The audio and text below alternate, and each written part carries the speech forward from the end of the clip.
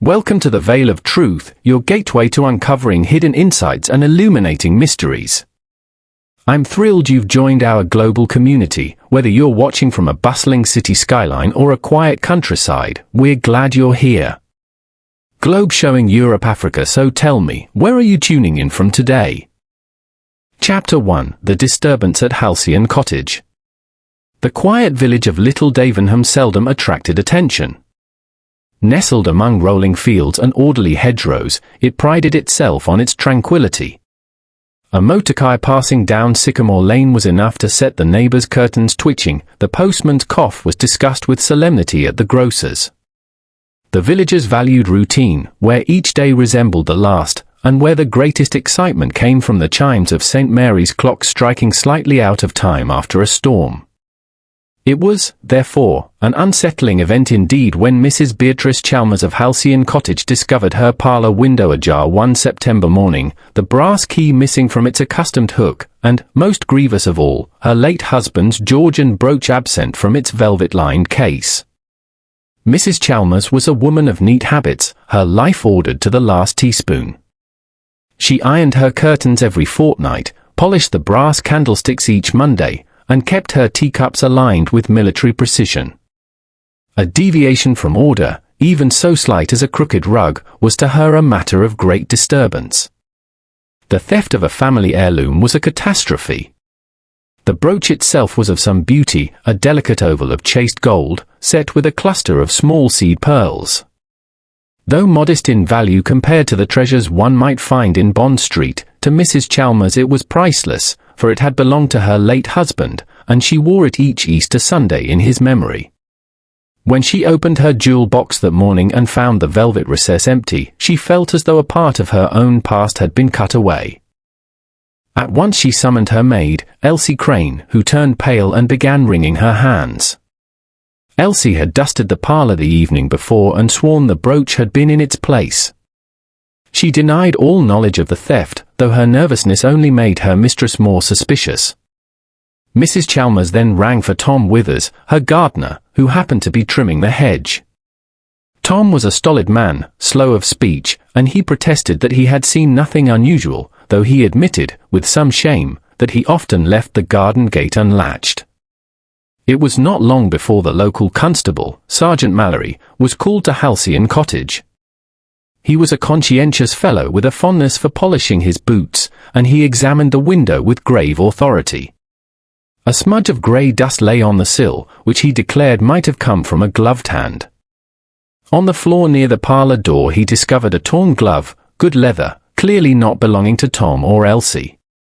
To the sergeant, this was evidence enough of an intruder. He promised Mrs. Chalmers he would make inquiries in the neighbouring villages for strangers. Word of the burglary spread quickly, as news always does in such places. Before the day was out, Mrs. Calthorpe from the bakery had informed 3 customers that thieves were abroad, and by supper time the vicarage reported its own loss, a set of antique silver teaspoons missing from the sideboard. By evening, the usually placid village was murmuring of burglars, gypsies, and dark figures abroad on the lane. It so happened that Hercule Poirot, the celebrated Belgian detective, was at that very time a guest in the neighbouring house of his old friend Captain Hastings. Poirot had come down for a short respite in the country, having declared that even the most brilliant little grey cells must sometimes rest. Yet he had not been in Little Davenham 2 days before the tale of the missing brooch reached his ears.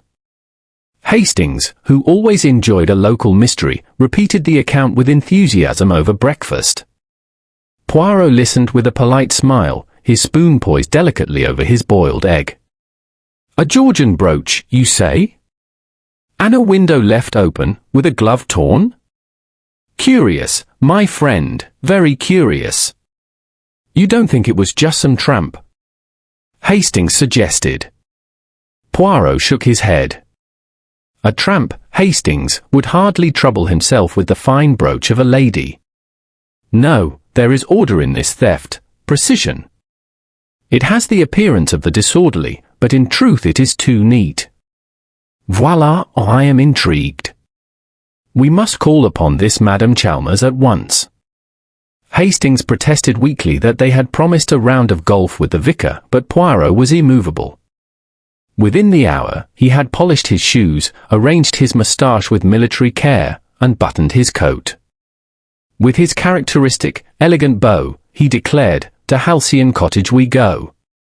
Let us see for ourselves these small things that others overlook. For it is always the small things, mon ami, that reveal the truth." The walk down Sycamore Lane was short, and the September air carried with it the faint scent of apples ripening in nearby orchards. Halcyon Cottage, when they reached it, stood respectable and orderly behind its hedge, its curtains drawn in careful symmetry. Yet Poirot's sharp eyes noted at once that the left curtain in the parlour hung 1 inch higher than the right. He stored the observation silently. Mrs. Chalmers received them with gratitude, though she was still flustered. Poirot bowed, complimented her on the shining brass candlesticks, and seated himself with the precision of a man aligning chess pieces. He asked but a few questions, each in his soft, deliberate manner: at what hour she retired, whether the window had been locked, who held keys to the doors. Mrs. Chalmers replied with all the certainty of habit. She had locked up as always, placed the key upon its hook, and retired at 9:30 after her customary cup of cocoa. Poirot examined the window with care, running his finger lightly along the sill. He noted the smudge of dust Sergeant Mallory had pointed out. He stooped to examine the torn glove, holding it delicately between thumb and forefinger. His moustache twitched. "An intruder, perhaps," Hastings ventured. "Perhaps," said Poirot softly. "But let us not hurry to conclusions. This glove, it is of good leather, well cared for, but why torn? And why left here, upon the very threshold, where it must be found? Non, Hastings, the truth will be more subtle." He glanced once more around the parlour, his eyes lingering on the neat rows of porcelain figurines, the precisely folded antimacassars, the orderly arrangement of teacups. It was a room of exactitude, and into such a room, disorder had intruded. As he rose to leave, Poirot gave Mrs. Chalmers a gentle bow. "You may trust, madam, that I shall consider carefully this affair of your brooch. With your permission, I will call again tomorrow.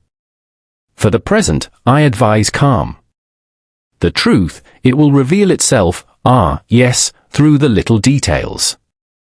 Outside, Hastings looked at his friend with curiosity. "Do you already suspect someone, Poirot?" Poirot smiled faintly.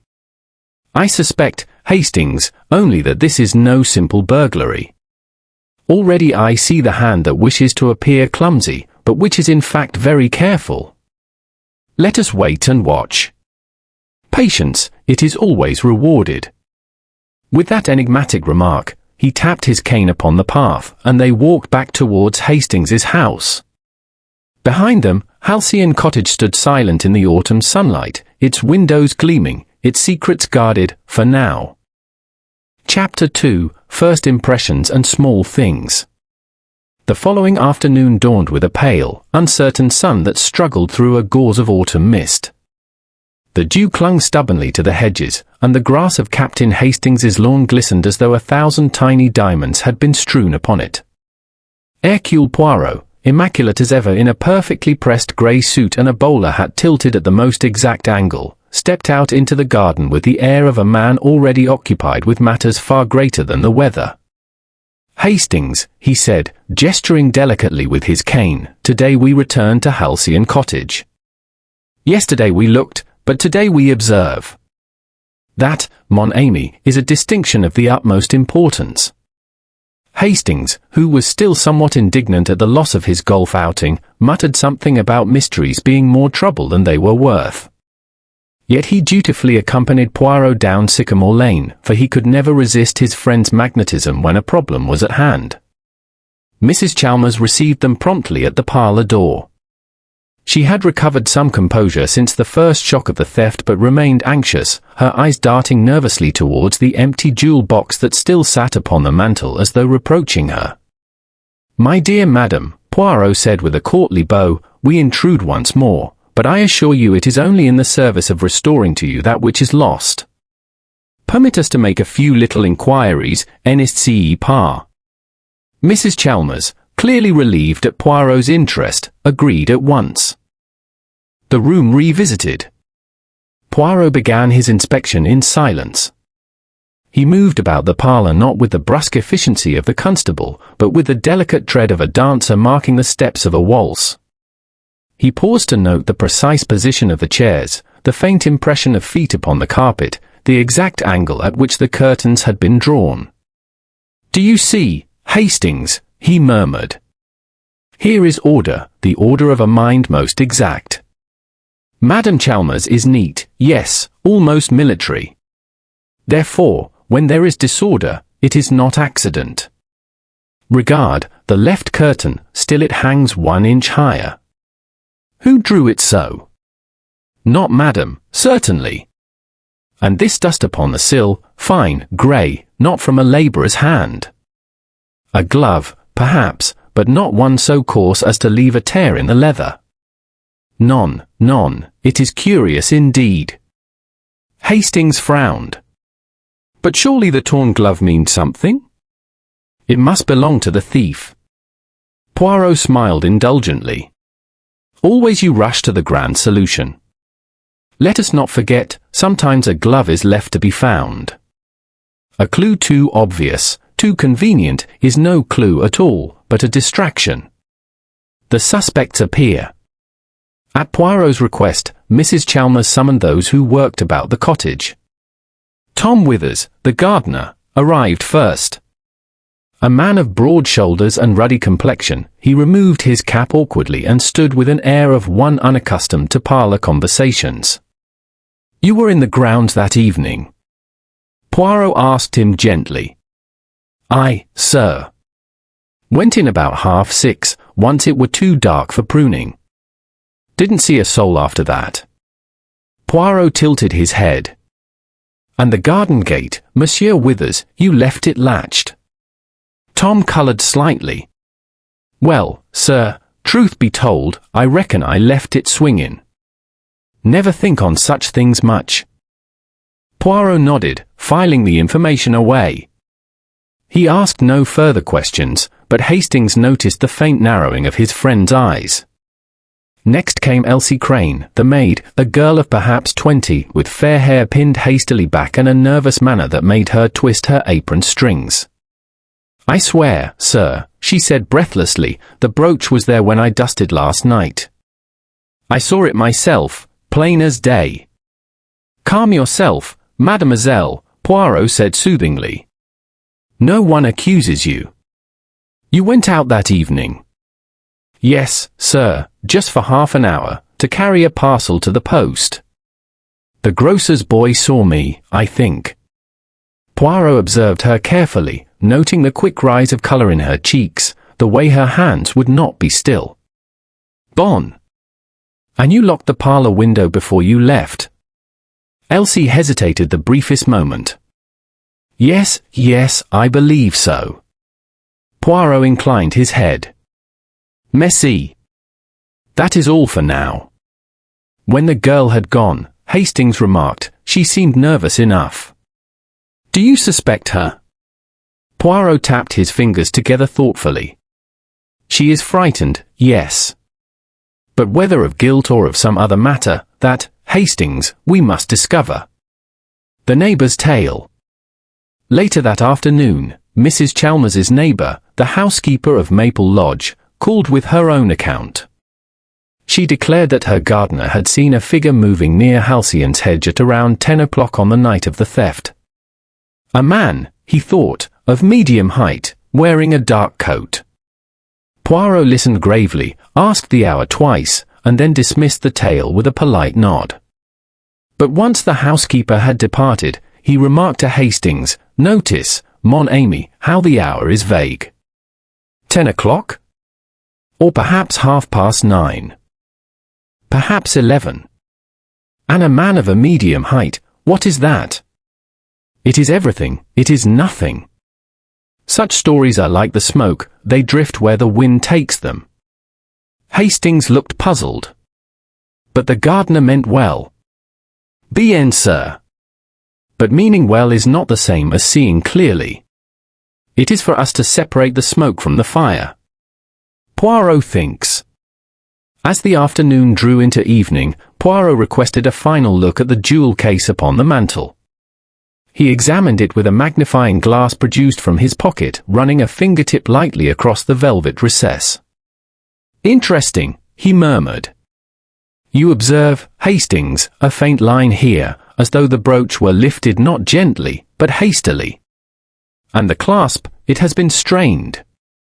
Someone removed it quickly, perhaps in concealment.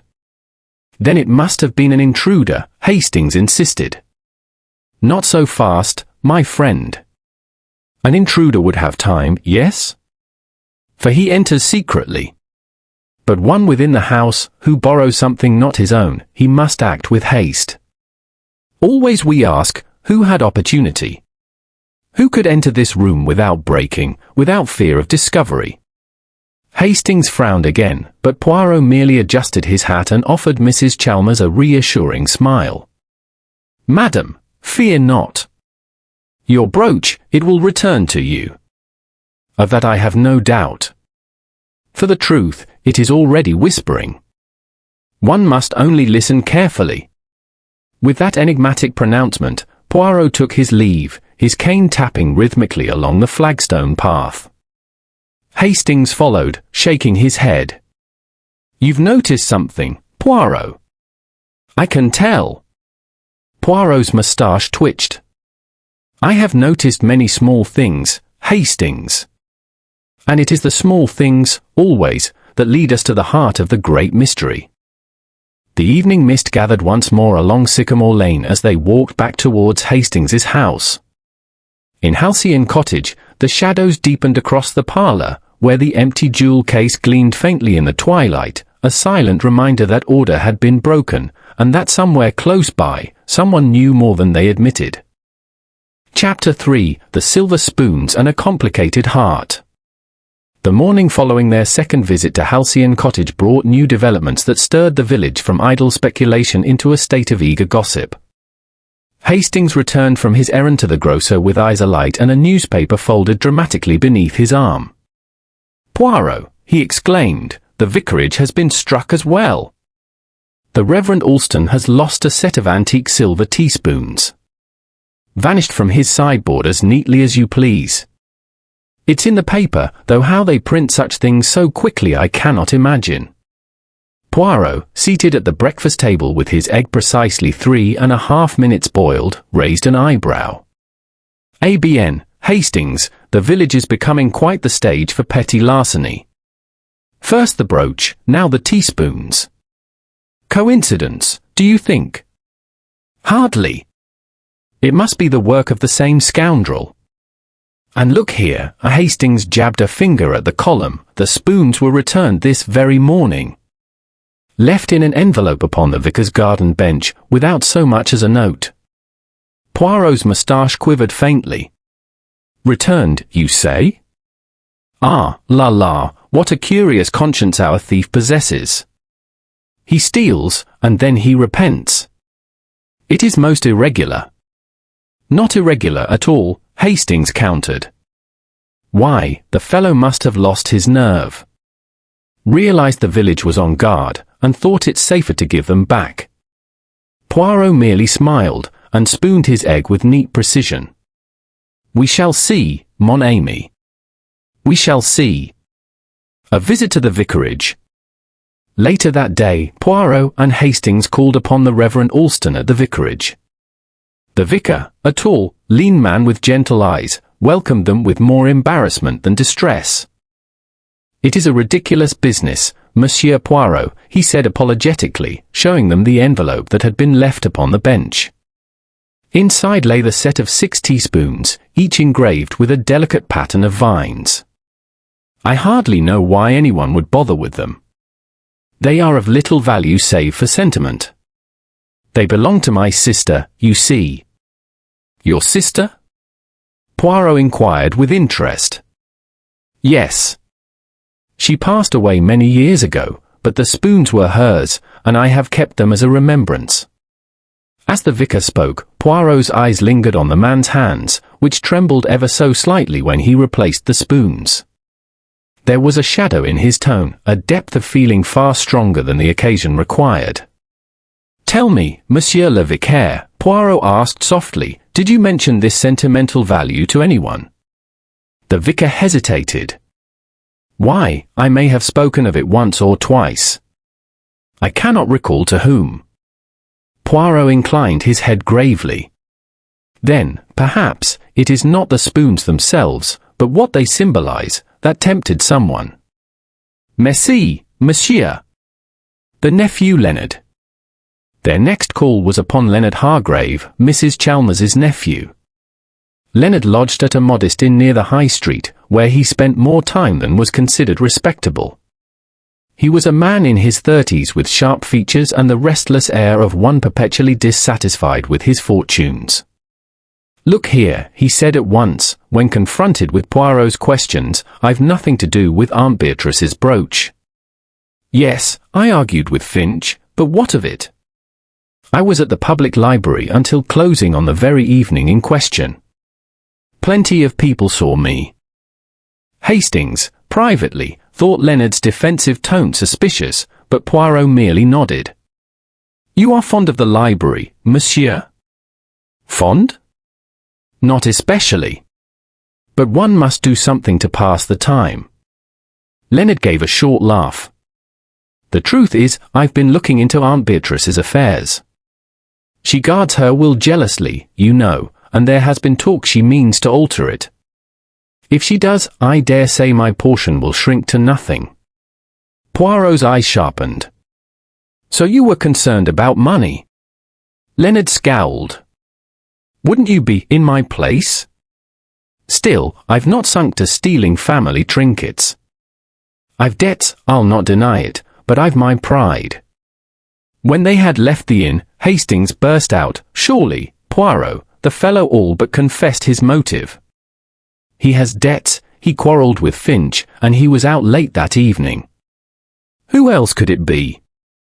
Poirot shook his head. "My dear Hastings, motive and opportunity are like two shoes. They must be of the same pair, or the wearer limps. Leonard, he has the motive, yes, but the opportunity? That is another question. The antique dealer. Mr. Ambrose Finch, the antique dealer, proved a very different character. His shop was dimly lit and crowded with furniture, porcelain, and silverware, each piece labelled with meticulous care. Finch himself was a stout man with small, darting eyes and hands stained with ink and polish. "A Georgian brooch, you say," he repeated when Poirot described the missing jewel. "I've seen one like it, indeed. A fine piece, but I declined to purchase. A flaw in the clasp, if I remember rightly. Wouldn't fetch the proper price." Poirot listened politely, watching the man's fingers tap upon the counter. "And you have not been offered such a brooch since?" Finch gave a quick, nervous laugh. "No, certainly not. Not a thing of that sort. But between ourselves, Monsieur Poirot, I've had a run of bad luck. Business is down, and I've taken a few risks. Nothing dishonest, mind, only a wager or two. A man must live, after all." Poirot's gaze rested upon the dealer's twitching hands. "Ah, monsieur, one must live, but also, one must not live too dangerously, n'est-ce pas?" Finch flushed, muttered something about accounts, and excused himself. When they were once more outside upon the cobbled street, Hastings said eagerly, "There you have it, Poirot. Leonard has the motive, Finch has the opportunity, and the two of them have been quarrelling. Put them together, and the case is as good as solved." Poirot smiled, shaking his head. "You are like a man who sees two pieces of a jigsaw and believes he has the picture. But what of the others, Hastings? The maid, the gardener, the vicar with his sentimental spoons. Each has their story, each their small contradictions. Non, mon ami, the puzzle is larger than you think. A red herring. That evening, as they dined, news reached them of a sighting at the local inn. A stableboy swore he had seen a man in a dark coat leaving a cab with a green ribbon tied to its door on the very night of the burglary. The ribbon, villagers said, was the mark of a travelling troupe of actors who had recently performed in the neighbouring town. Hastings was jubilant. "There you are, Poirot. The troupe must be involved. Actors, thieves, it fits perfectly. They travel about, leaving no trace. Why, it explains everything." Poirot dabbed his lips with his napkin. Explains everything? Or explains too much? A ribbon, a stranger, a cab in the night, they are details that make a story, yes. But the truth, Hastings, it does not come so conveniently wrapped. Let us be wary of the red herring. They swim plentifully in these waters. Poirot reflects. When at last they returned to Hastings's sitting room, Poirot settled himself into a chair and closed his eyes, fingertips pressed together. "What do you make of it all, Poirot?" Hastings asked. Poirot did not answer at once. At length, he said quietly, "There is a pattern, my friend, though as yet it is faint. The brooch, the spoons, the quarrels, the ribbon, the glove, each is a note in a symphony. We must listen carefully until the melody becomes clear. For now, patience." And with that, Poirot rose, smoothed his moustache, and retired for the night, leaving Hastings staring into the fire, restless with unanswered questions. Chapter 4: Shadows in the Cottage. The following morning, the air hung damp and heavy, as though the mist itself had grown weary of lingering and yet refused to disperse. Poirot, immaculate in dark blue, stood before Hastings with an expression of serene determination. "Today, mon ami, we test the alibis. It is not enough that people speak words, one must see whether the words agree with the little facts.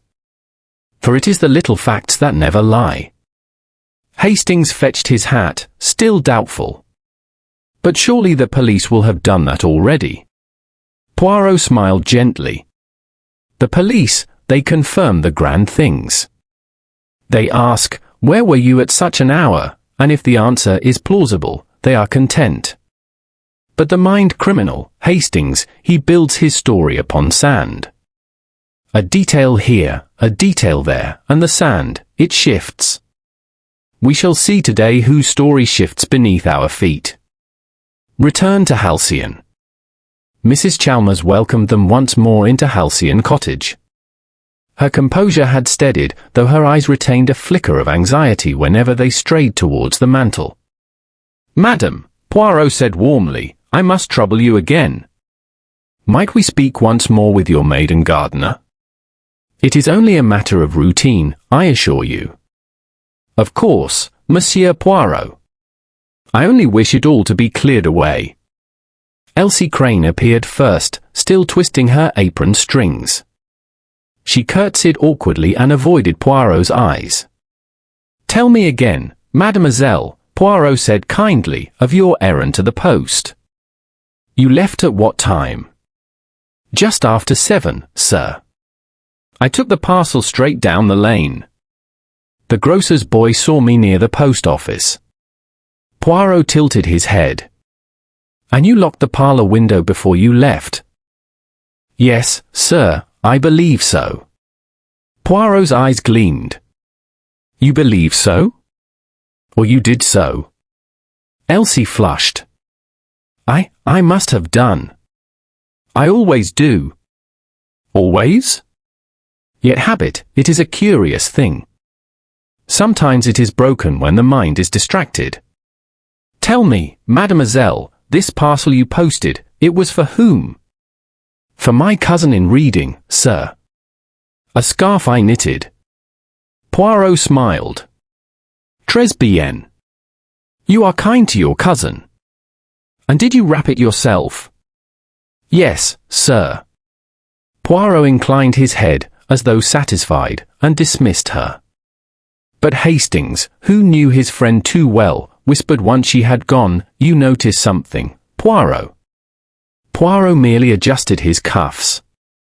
"The girl, she lies, but about what, that is the question." The gardener's tale. Tom Withers was next. He entered with his cap in hand, looking faintly resentful of the interruption to his morning's labour. "Tell us again, monsieur," Poirot said. "You left the garden gate swinging on the night of the robbery." "That's right." "Can't say as I thought much of it." Poirot's gaze sharpened. "And yet, this morning when I walked up the path, I noticed the latch is stiff, rusted from disuse. To leave it swinging, one must lift it, eh? That is not the act of carelessness, but of choice." Withers shifted uneasily. "Maybe so, sir. I suppose I left it propped for the coalman. He said he might bring a sack round late." Poirot nodded gravely. "Ah, the coalman. He did not come, however." "No, sir. Never did." "Curious," Poirot murmured. "But perhaps he will remember if you arranged it." Withers's eyes narrowed, but he said no more. As the gardener departed, Hastings said eagerly, "Surely he's in it, Poirot." Leaving the gate open, inventing excuses, the man's hiding something. Perhaps, Hastings. Or perhaps he is merely ashamed of a small negligence. Yet often it is the small negligence that betrays the larger deceit. Poirot's quiet test. Poirot requested that Mrs. Chalmers permit him a small experiment. With her consent, he walked the path from the parlour to the gate, timing each step upon his watch. He repeated the journey twice, once with the window opened, once with it closed. Hastings watched in bewilderment. "What on earth are you about, Poirot?" "I measure, Hastings. I measure the possibilities. If one entered by the window, one must cross the garden, yes? And how long does that take? Could it be done unseen? The answer, it lies in the time." When he was finished, Poirot replaced his watch with a satisfied nod. "It is possible, Hastings, but only just." And yet, he paused, glancing back at the parlour window. "And yet I do not believe it happened so. The method, it is too clumsy, too exposed. Non, the thief is one who moves with greater subtlety." The alibis considered. On their way back along the lane, Poirot reviewed what they had learned. "Consider, Hastings. Madame Chalmers herself, she has no need of theft. The gardener, he leaves the gate unlatched, perhaps to cover his own carelessness, perhaps more. The maid, she speaks of habit, but her words tremble. She posts a parcel, yes, but did she? And if so, was the errand a convenient alibi? And Leonard?" Hastings pressed. "Leonard, he has debts. He has quarrelled with Finch. But his alibi, at the library, is public. Too public. If he lies, it is a lie easily broken, and yet no one has broken it. And Finch himself." Poirot shrugged delicately. "Finch is desperate. He touches the fingers, he lies with the eyes. But would he dare so near his own shop, in a village that whispers at every shadow? I am not convinced." Hastings groaned. "So we're no further forward at all."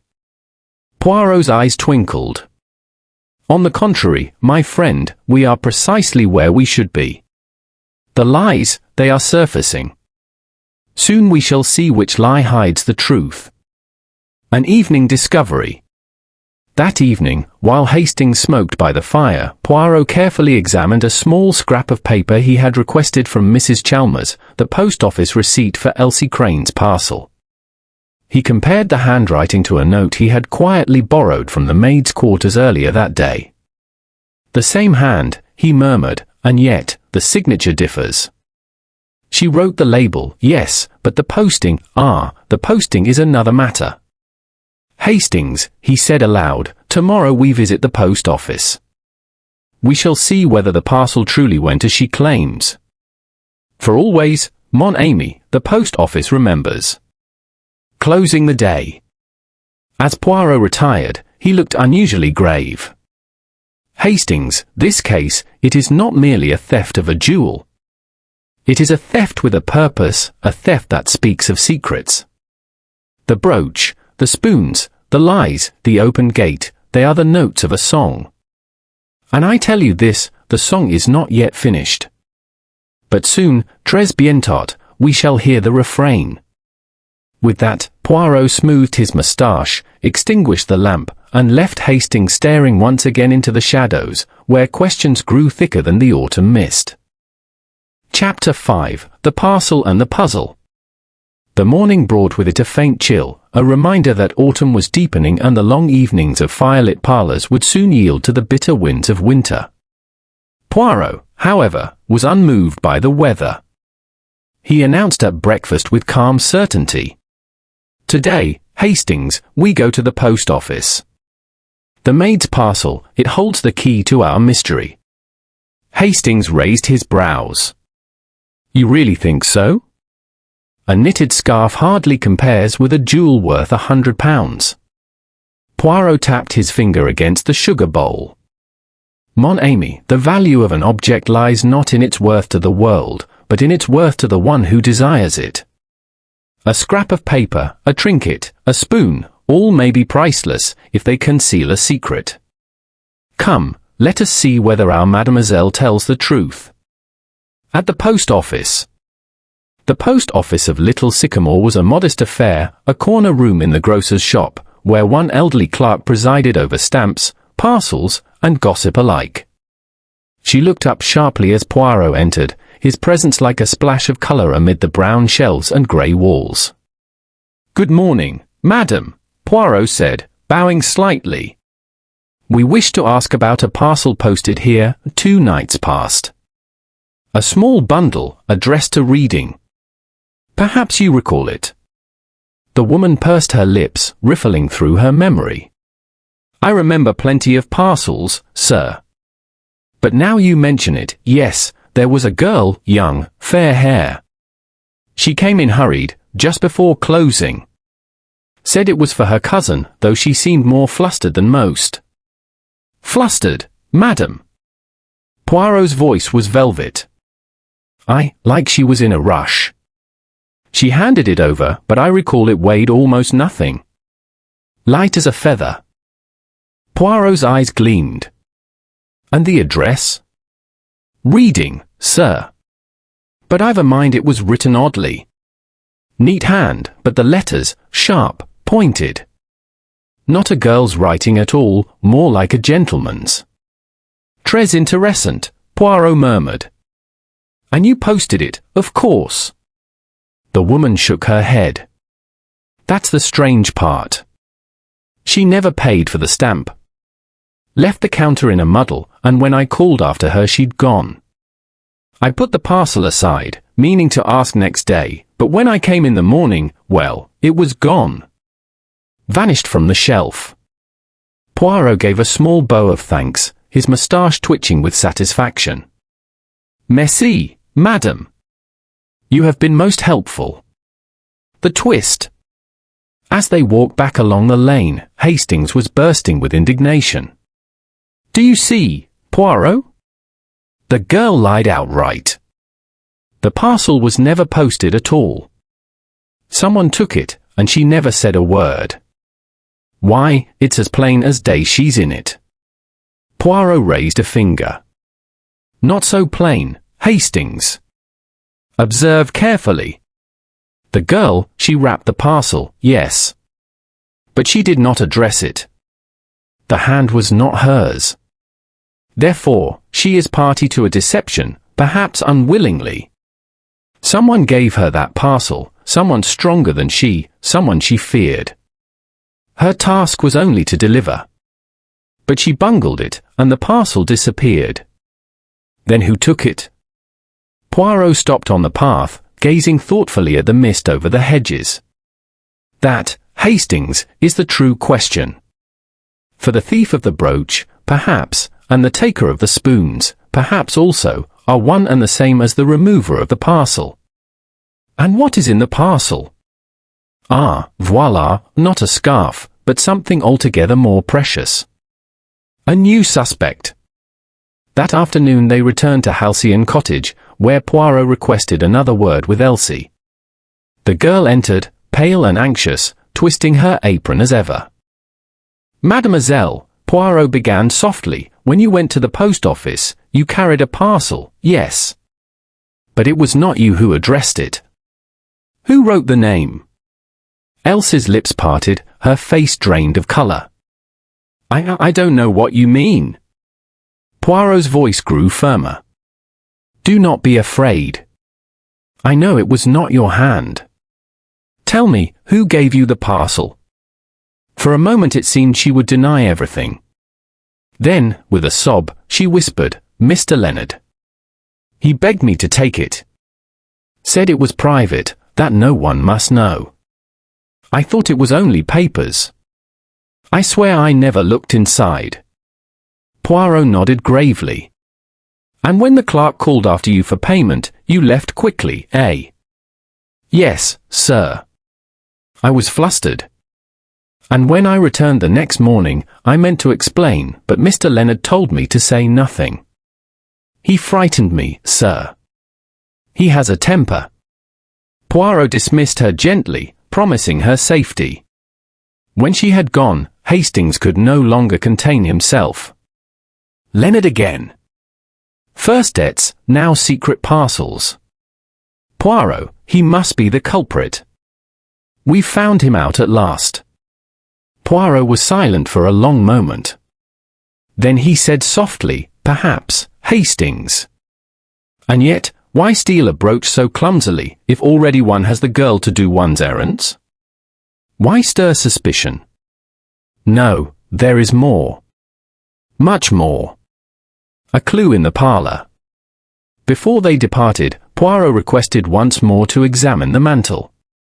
He bent low, his eyes scanning the velvet recess where the brooch had lain.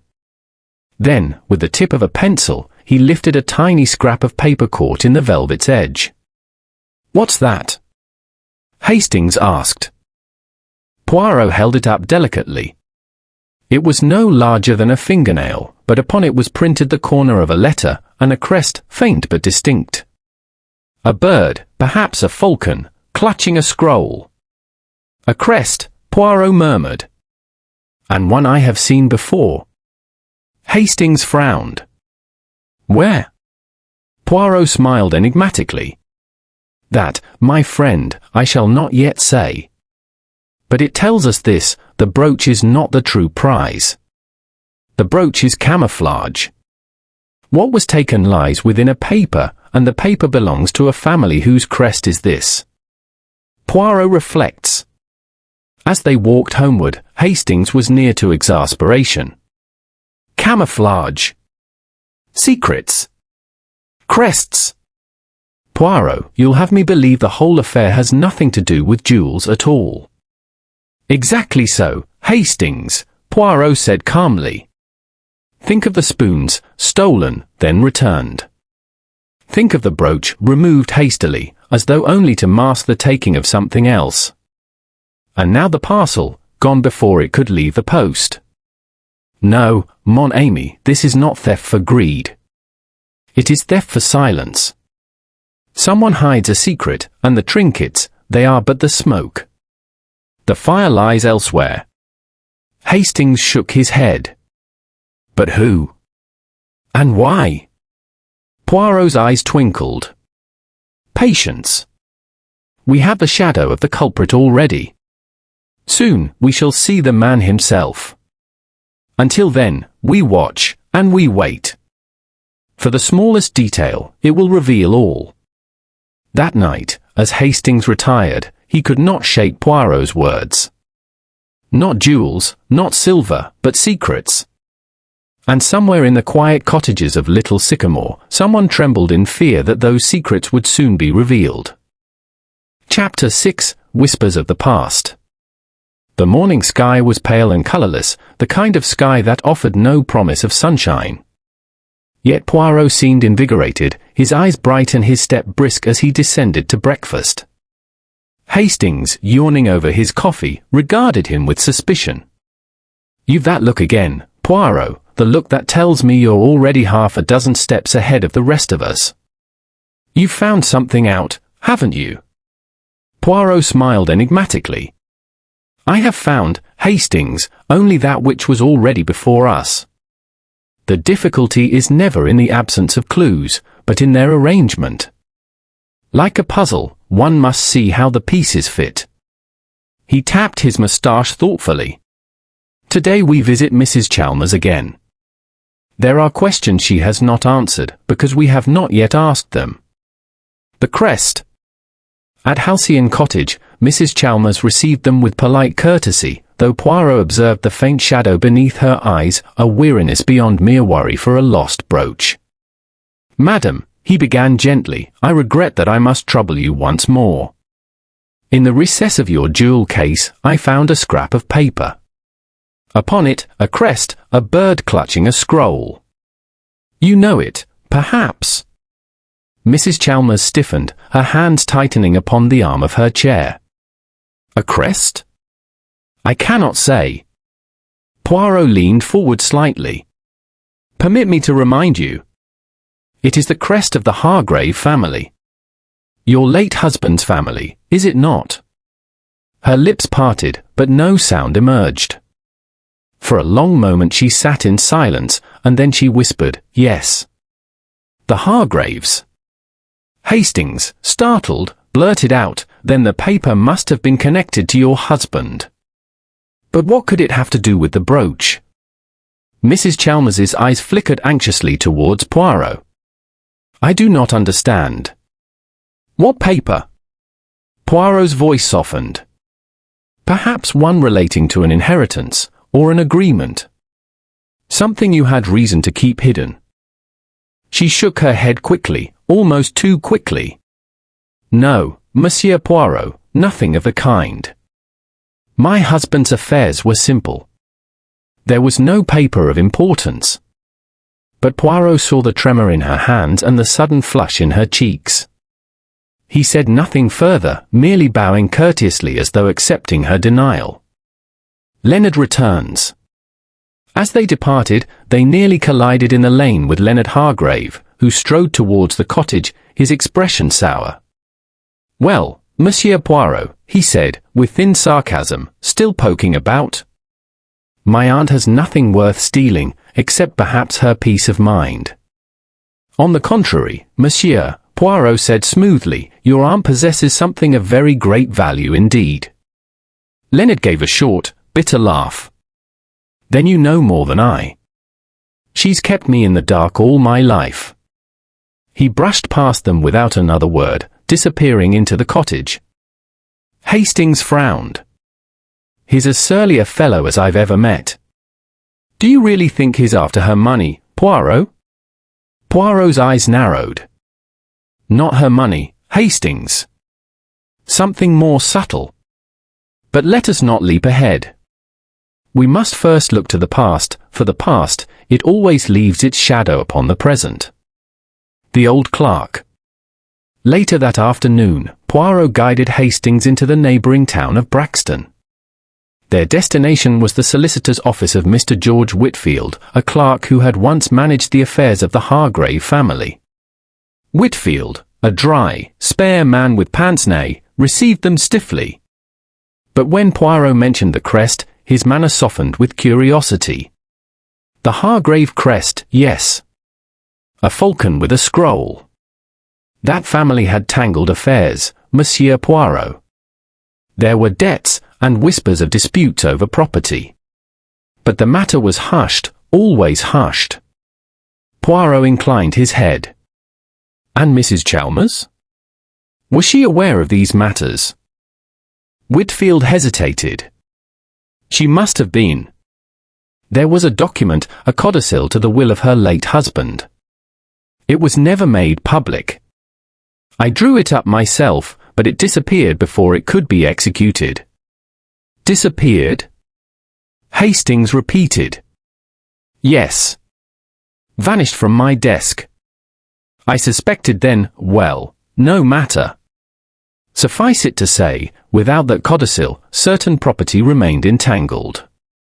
Leonard Hargrave might feel he was deprived of his rightful share. Poirot's eyes gleamed. Ah, alias. A missing paper, a quarrel, a sense of grievance. And now, thefts that serve to distract. It begins to take shape. A startling confession. On their return to Little Sycamore, they found Elsie Crane waiting anxiously at Hastings's gate. Her cheeks were flushed, her eyes bright with desperation. "Please, sir," she cried, addressing Poirot, "I must tell you more. I cannot keep it in any longer." Poirot led her inside with gentle courtesy, offering her a chair. "Calm yourself, mademoiselle. Speak slowly. What troubles you?" She wrung her hands. "It's Mr. Leonard. He gave me the parcel, yes, but there was more. He told me it held papers that would prove my mistress had cheated him of his inheritance. He said if I helped, he'd reward me. I was frightened, but I did as he asked. Then, when the parcel vanished, he grew angry. He swore someone must have intercepted it, and that if I breathed a word, he'd see me ruined." Poirot's eyes softened. "And you believe the parcel held this codicil, perhaps? Or proof of it?" "I don't know, sir. Only that Mr. Leonard was desperate. He said the truth must come out, even if it shamed his aunt." Hastings exclaimed, "Then Leonard stole the brooch too." "He took it to disguise the theft of the paper." But Poirot shook his head slowly. "Non, mon ami. The boy is rash, foolish, but not so clever. If he had the paper, why risk the brooch? No, the paper was taken by another. And the brooch, the spoons, they are but the veil drawn across the eyes of the village." Poirot reflects. When Elsie had gone, relieved of her burden, Hastings turned on Poirot with impatience. "Poirot, you make everything darker instead of clearer. First Leonard, then Finch, now Mrs. Chalmers herself, you suspect them all. Who's left?" Poirot smiled faintly. "When one plays chess, Hastings, every piece has its part. But the king, the true mover, is often hidden until the end. Patience, mon ami. The truth is like a photograph. At first, it is a blur. Slowly, the image sharpens. Already I see the outline. And the outline is..." Hastings pressed. Poirot adjusted his cuffs with exquisite precision. "A secret of the Hargrave family.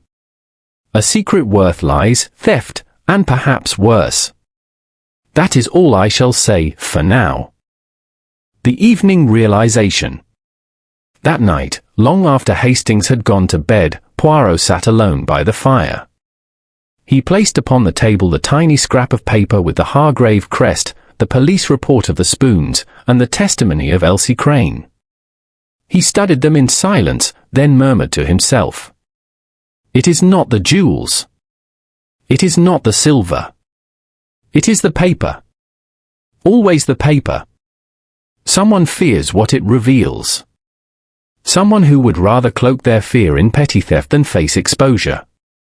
He leaned back, eyes half closed, and whispered, "Ah, mon Dieu. I think I begin to know who plays this game." The fire crackled, the shadows deepened, and the village of Little Sycamore slept, unaware that its quiet peace was soon to shatter. Chapter 7. Poirot sets the stage. The village of Little Sycamore seemed unusually hushed that morning. Even the sparrows in the hedgerows chirped more quietly, as though sensing some undercurrent of unease. Hastings walked beside Poirot, his hands thrust deep into his coat pockets, his brow furrowed in perplexity. "Poirot," he said, "you've been marching about these last days as if you know the whole answer, and yet you keep me as much in the dark as the rest. Surely by now you can tell me who it is?"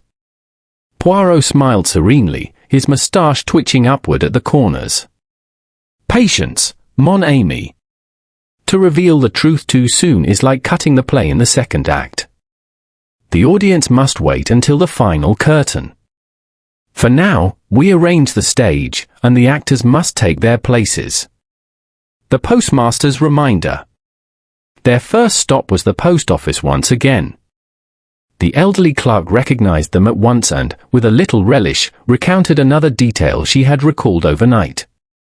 "There was something about that parcel, sir," she said. "The paper it was wrapped in, good quality, thicker than usual. I thought it queer a maid should use such paper. It looked more like the sort that comes from a solicitor's office." Poirot's eyes gleamed. "Merci, madame. You have remembered most admirably. You see, Hastings, the paper speaks louder than words. A scarf, wrapped in legal parchment. Non. It is absurd." As they left, Hastings said, "Then the parcel really was the missing codicil." Poirot tapped his nose. "Perhaps, or perhaps a copy. But enough to frighten one person very much indeed." Confronting Leonard. That afternoon they found Leonard Hargrave leaning against the low wall outside the inn, smoking a cigarette with the air of studied indifference. Poirot approached him with his customary courtesy.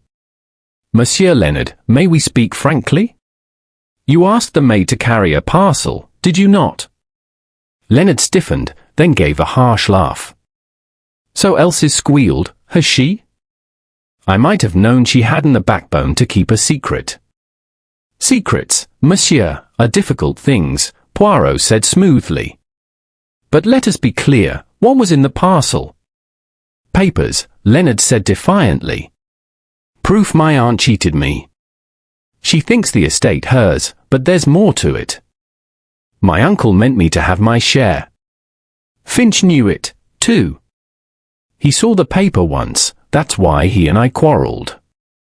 He said it was worthless, but I knew better."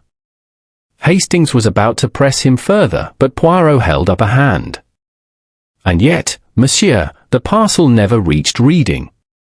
It vanished from the post office shelf. Who took it, do you think?" Leonard ground his cigarette beneath his heel. "If I knew that, I'd not be standing here.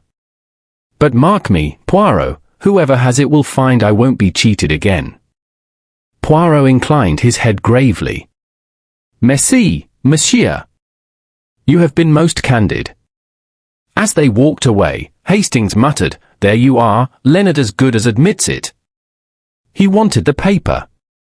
He quarrelled with Finch. He's desperate. What more do you need?" Poirot's voice was calm. "To want, Hastings, is not the same as to take. He is reckless, yes, but clumsy. No, the one who took the paper was someone who knew how to move quietly, who knew where to strike and when. Think not of the loud voice, Hastings, but of the whisper." Mrs. Chalmers in distress. That evening, Mrs. Chalmers sent a note requesting Poirot's presence. They found her in the parlour, pale and agitated. "Monsieur Poirot," she said in a trembling voice, "strange things are happening. This morning, upon my table, I found the teaspoons from the vicarage. Wrapped in brown paper, tied with string, as though someone had placed them there deliberately. What am I to make of it?" Poirot examined the package with great care, then set it down with a sigh. "It is as I thought. Someone plays a game, madam, returning what was never truly the object of their theft. The spoons, the brooch, they are distractions, nothing more." Mrs. Chalmers buried her face in her hands. "But why torment me so? Why not simply say what they want?" Poirot's voice was very gentle. "Because, madam, what they want is silence. They fear exposure. And so long as the truth remains hidden, they believe themselves safe. But they are mistaken. Truth, madam, is like the sun. However dark the clouds, it will shine through." Poirot's private reflection.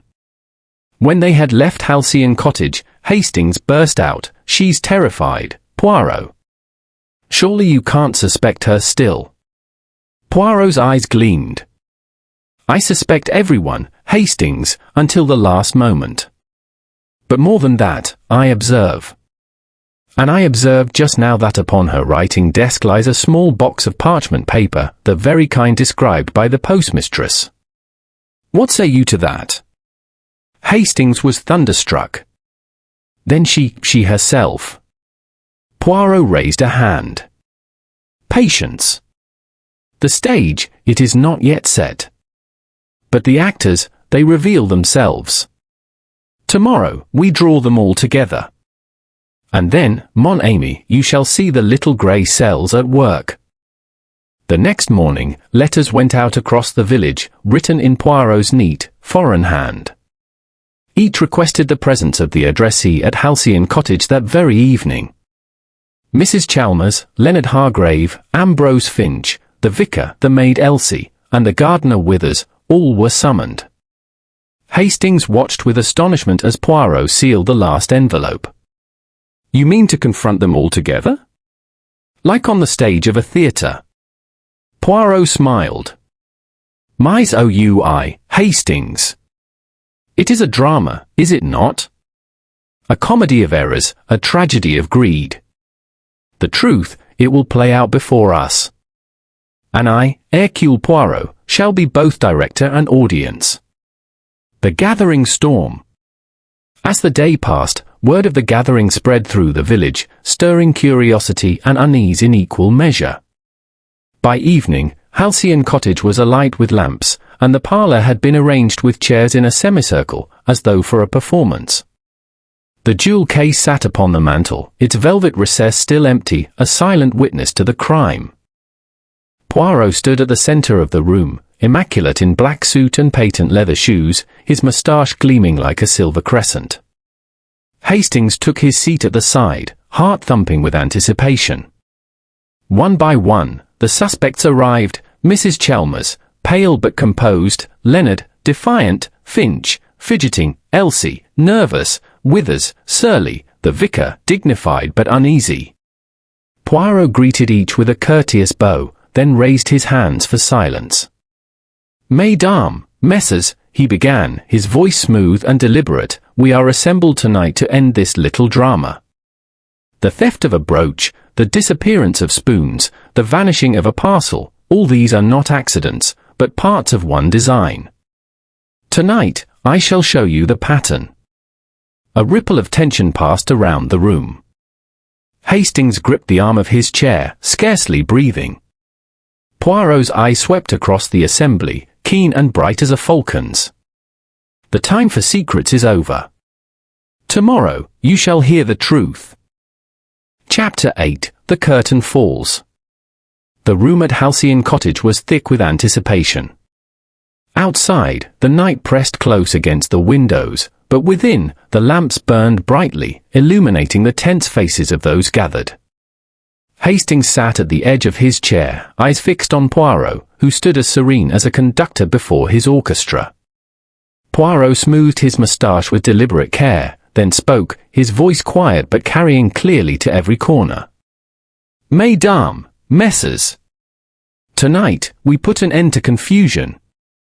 We speak of thefts, of quarrels, of whispers in the dark. But beneath it all lies but one truth, a family secret, and the lengths to which some would go to hide it. The brooch's distraction. He turned to Mrs. Chalmers first. Madam, your grief is real, your composure admirable. But your jewel case, it did not deceive me. The recess where the brooch once lay, it was dusty. Very dusty. That brooch had not rested there for many weeks. It was not stolen in the night, no. It had been removed long before. A murmur ran through the room. Mrs. Chalmers's eyes widened, but Poirot pressed on. The brooch, therefore, was but a distraction. A cry of thief, to divert attention from another theft, one of far greater significance. The parcel and the crest. Poirot raised the scrap of paper bearing the crest. This, I found in the recess of your jewel case. The crest of the Hargrave family. A reminder of the missing codicil, a paper that altered the inheritance, giving young Leonard a rightful share. That paper disappeared years ago. And recently, it surfaced again. He turned his gaze upon Elsie Crane, who trembled visibly. "Mademoiselle, you carried a parcel for Monsieur Leonard. But you believed it contained only a scarf. In truth, it contained this paper, which Leonard thought would prove his claim." "And where did the parcel vanish?" "At the post office, taken before it could leave the village." Poirot paused, letting the weight of his words settle. Who could have taken it? Not Leonard, he never touched it again. Not Finch, though he knew of it. Not Withers, who cannot read nor write. No, the hand that seized it was the same hand that placed the teaspoons upon Mrs. Chalmers's table, hoping to maintain the illusion of petty thefts, to mislead us all. The guilty hand. Poirot's eyes, bright and hard as glass, turned back to Mrs. Chalmers. "It was you, madam." The room erupted in gasps. Leonard leapt to his feet, his face flushed with fury. "You lie. My aunt's no thief." Poirot raised his hand for silence. "Calm yourself, monsieur. The evidence is clear. Only you, madam, had both motive and opportunity. The codicil, it reduced your share, perhaps even exposed debts long concealed. When it reappeared, carried foolishly by your nephew's accomplice, you acted at once. You retrieved the parcel, and you kept it. To conceal your action, you declared your brooch stolen, and later returned the vicar's spoons to create confusion." Mrs. Chalmers sat rigid, her face pale as parchment. "That is monstrous," she whispered. Poirot bowed slightly. "But true. The clever deception." He began to pace, his voice gathering force. "You see, Hastings, and you all, the brilliance of the scheme. By pretending to be victim, Madame shielded herself from suspicion. Who would accuse the lady who wept over her loss? But the dust in the jewel case betrayed her. The brooch had long been hidden away. It was a false cry of theft." Hastings gasped. "Then the brooch was never stolen at all." "Precisely. It lies still in her possession. As does the codicil. But papers, they do not vanish. And I, Hercule Poirot, do not rest until every paper is accounted for." He drew from his pocket a folded sheet. "This copy I obtained from Mr. Whitfield, the solicitor. Enough to prove the codicil's terms. Enough to show that Leonard was not raving, but correct. The estate should have been shared. That, madam, is what you feared. The breaking point." At last Mrs. Chalmers stirred. Her lips trembled, her eyes glistened. "Yes," she said softly. "Yes, it is true." The words fell into the silence like stones into still water. "I found the paper upon my table, weeks ago. Someone must have slipped it through the window. When I read it, I knew at once what it meant. I would lose everything. I panicked. I hid it away. And when Leonard grew restless, I thought if I claimed a theft, no one would suspect me. I meant no harm, only to preserve what was mine." Leonard sprang forward. "You cheated me all these years."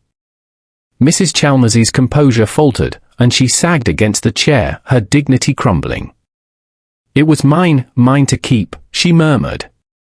Poirot's voice, though firm, held pity. "Greed, madam, is a thief that robs even the honest heart. But justice, it will not be denied." Order restored. The vicar cleared his throat gravely. "I shall inform the authorities, of course. But more than that, the truth must be made known.